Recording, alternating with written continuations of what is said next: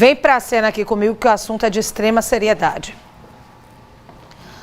Eu vou mostrar para vocês este rapaz de 24 anos, Eduardo Ventura, frentista.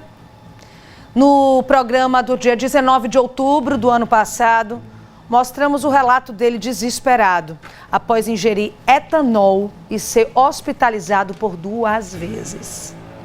Ele trabalhava 1 semana em um posto de combustíveis no bairro Novo Paraíso, aqui na nossa capital. Como sempre fazia, ele foi beber a água que estava na garrafinha dele, que ele levava ali para o trabalho. Mas logo em seguida começou a passar mal, a ter tonturas. A gente chegou a conversar com a mãe dele também na ocasião. Ela também relatou que ninguém socorreu o filho. Este jovem precisou caminhar aí cerca de 300 metros para buscar ajuda. Precisou de atendimento médico no Hospital de Urgências de Sergipe. Eduardo passou por lavagem estomacal, foi medicado, liberado, depois continuou sentindo dores no estômago e voltou ao hospital. Na ocasião, o posto de combustíveis disse que ninguém confessou o crime. Já a vítima nos garantiu que o suspeito chegou a entrar em contato com ele, pedindo desculpa, dizendo que era só uma brincadeira. Hoje, algumas pessoas foram ouvidas em uma audiência de instrução. Quem está debruçada neste caso hoje é a repórter Jéssica Cruz, que está com a gente, vai trazer outros elementos desta audiência e tudo o que aconteceu, né, Jéssica? Porque foi lá em outubro do ano passado. O que aconteceu também ao longo desse tempo? Boa noite. Oi, Mariana, boa noite, aqui mais uma vez com você. Pois é, muita coisa aconteceu em pouco tempo, né? Porque não faz muito tempo que foi outubro do ano passado. E esse menino, esse jovem de 25 anos, ele nem está recuperado ainda, porque ele ainda sofre as consequências, as sequelas de ter ingerido essa substância, o etanol. E além disso, todo o trauma, né? O que poderia ter acontecido? Ele poderia ter morrido ao ingerir essa substância. Pois é, como você bem falou, hoje aconteceu a primeira audiência de instrução do caso. O caso estava sendo investigado pela polícia, foi encaminhado ao Ministério Público e o trâmite, o correto é que ocorra isso, audiência de instrução antes do julgamento. Novas pessoas, as pessoas, né, que foram citadas nos autos da investigação foram ouvidas, devem ser ouvidas ainda, inclusive a própria vítima. Eu estou aqui com um advogado do Eduardo, o Dr. Fábio Farias. E ele já conversava aqui comigo, me contava detalhes. O que chama a atenção, antes da gente entrar nesse caso de fato, né, o desdobramento de hoje, Dr. Fábio, é a situação desse jovem, porque ele ainda não está recuperado e a família depende dele para sobreviver? Exatamente. Boa noite, Jéssica. Boa noite a todos. Hoje, por exemplo, né, durante a instrução, o Eduardo não foi ouvido justamente pelo estado de saúde, né, que se encontra totalmente dopado, sob efeito de medicamento, logicamente por carregar consigo as sequelas, os traumas oriundos lá do fato ocorrido em outubro. Então, portanto, ele está bastante debilitado ainda, né, sendo acompanhado por psiquiatra, fazendo uso contínuo de medicamento para conter o sistema neurológico, crise de ansiedade, alucinações, enfim, são vários desdobramentos que foram ocasionados por conta dessa infeliz brincadeira. Ele trabalhava há pouco tempo, a época em que isso aconteceu lá nesse posto de combustíveis, mais ou menos 1 semana. Ele não conseguiu voltar para trabalhar, né? Não, na verdade, logo após ser atendido, né, pelo Hospital de Urgência de Sergipe, ele tentou retornar ao estabelecimento, mas passou mal novamente, né? Quando se viu no ambiente de trabalho, ele teve uma crise e de lá para cá não conseguiu mais retornar. Nós aí então, na esfera previdenciária, ingressamos com pedido de auxílio doença, ele vem sendo assistido de lá para cá, nesse sentido, porque realmente não consegue voltar ao trabalho. O que chama chama atenção nesse caso, né, porque ele alega que alguém trocou a substância, a bebida dele, que era água, pelo etanol. E essa pessoa, esse colega de trabalho, teria ligado para ele, mandando áudios no WhatsApp, inclusive, pedindo desculpa. Quando o posto de combustíveis foi procurado, citou que nenhum funcionário teria confessado que teria praticado essa ação contra esse jovem, contra o Eduardo. Mas existem provas. Sim, está colacionadas a autos, provas cabais, inclusive confissões que deixam claro e evidente essa questão da autoria e da materialidade do delito. E os vídeos? Vídeos do ambiente em que ele estava, que a garrafinha estava, eles não funcionaram? As câmeras não funcionaram? Isso, segundo os relatos, né, nós diligenciamos nesse sentido de captar essas imagens, inclusive com ofício diretamente para a empresa prestadora de serviço, mas até então nós não obtivemos os retornos acerca dessas imagens, né? Segundo a administração da empresa, as câmeras no momento estavam danificadas. Então a gente está diligenciando aí para ver se consegue recuperar essas imagens para trazer mais provas aos autos.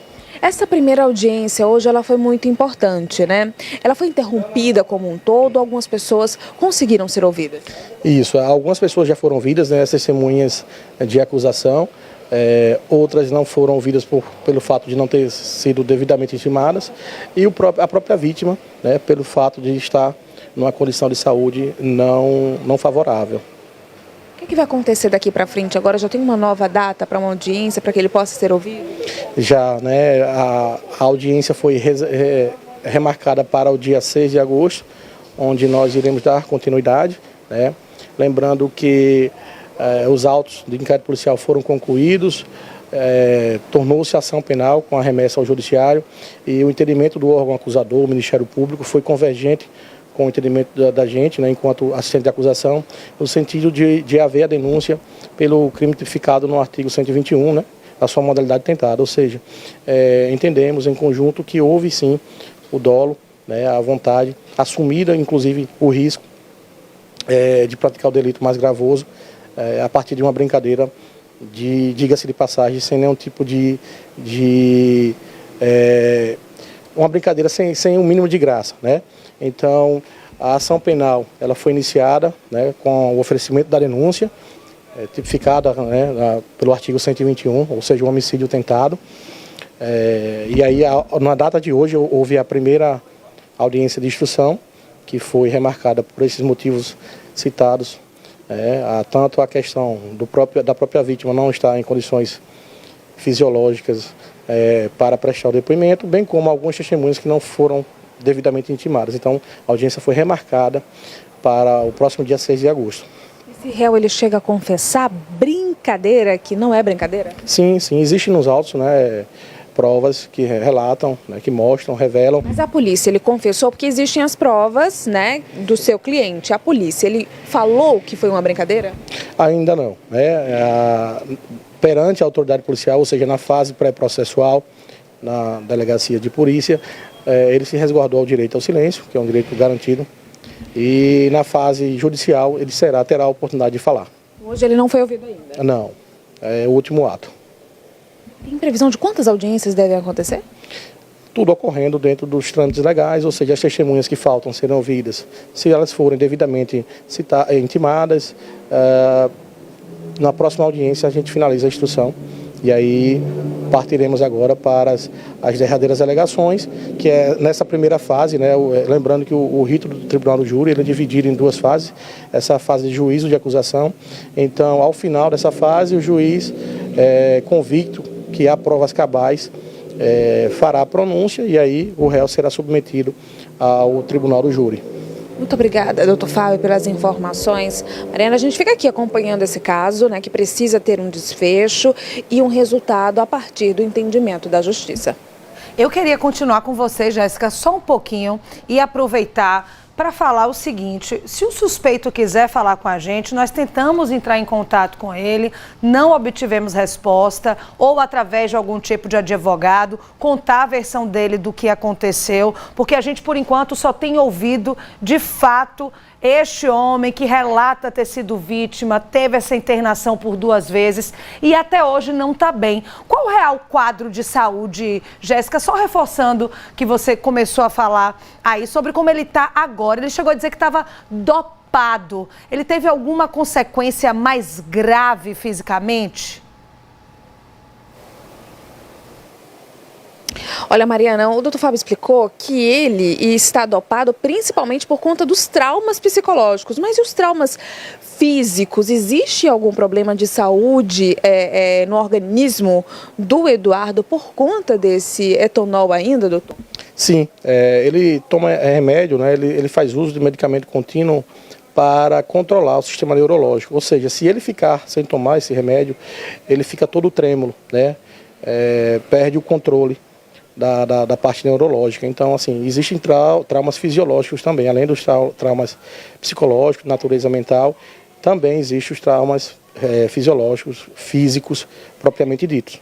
Existe toda uma família também que sofre muito junto com ele, né? Perfeito, perfeito. Ele era provedor da casa, a mãe ostenta hoje 44 anos, à época dos fatos estava gestante e após tomar conhecimento do que tinha ocorrido com o filho, passou a ter uma gravidez de risco, né, com diabetes e pressão arterial tudo alterado. Hoje também vive sob efeito de remédios, ou seja, desestabilizou a família como um todo, né, levando em consideração que ele era a fonte de renda principal, então era o provedor e a família está totalmente abalada e pugna por justiça. Imagino, muito obrigada, viu, doutor, pelas informações. Bom trabalho para o senhor. Mariana, as sequelas, elas são inúmeras, né? Essas são a de curto prazo, a gente não sabe a longo prazo o que pode acontecer. Eu te agradeço, Jéssica, e que histórias como essa nos sirvam de exemplo sobre brincadeira, viu, gente? Que tem limite, sim. Esse homem tinha 1 semana no trabalho, você não tem nem intimidade ainda com a pessoa para poder estar fazendo brincadeira. Piorou isso. Colocar etanol numa água é realmente desumano.